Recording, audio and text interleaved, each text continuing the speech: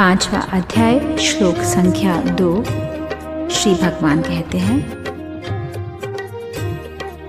संन्यास एवं योग दोनों मोक्षकारी है महा। संन्यास से पर कर्म योग महान हितकारी कहा।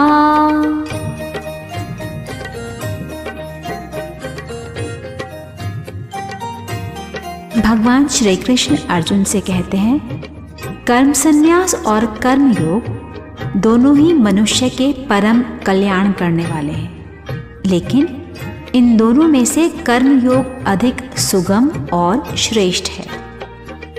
अब इसका वास्तविक अर्थ समझते हैं। यहाँ कर्म संन्यास का अर्थ कर्मों को छोड़ देना नहीं है, बल्कि कर्मों में जो मैं करता हूँ, यह कर्तापन का भाव है, उसका त्याग करना ही कर्म संन्यास है। अर्थात मन, इंद्रियों और शरीर से कर्म होते रहें, लेकिन भीतर यह अहंकार ना हो कि मैं ही करता हूँ।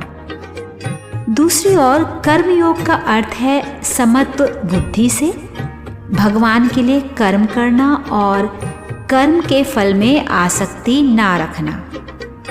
दोनों ही मार्ग मनुष्य को मोक्ष की ओर ले जाते हैं, परंतु भगवान कहते हैं, यद्यपि कर्म संन्यास का मार्ग छोटा प्रतीत होता है, पर वह अत्यंत कठिन और दुर्लभ है।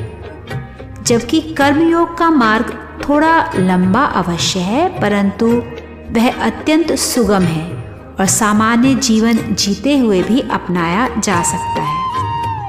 एक व्यक्ति एक ही समय में दोनों मार्गों पर नहीं चल सकता, परंतु साधना की दृष्टि से कर्म संन्यास की अपेक्षा कर्मयोग अधिक सुगम बताया गया है।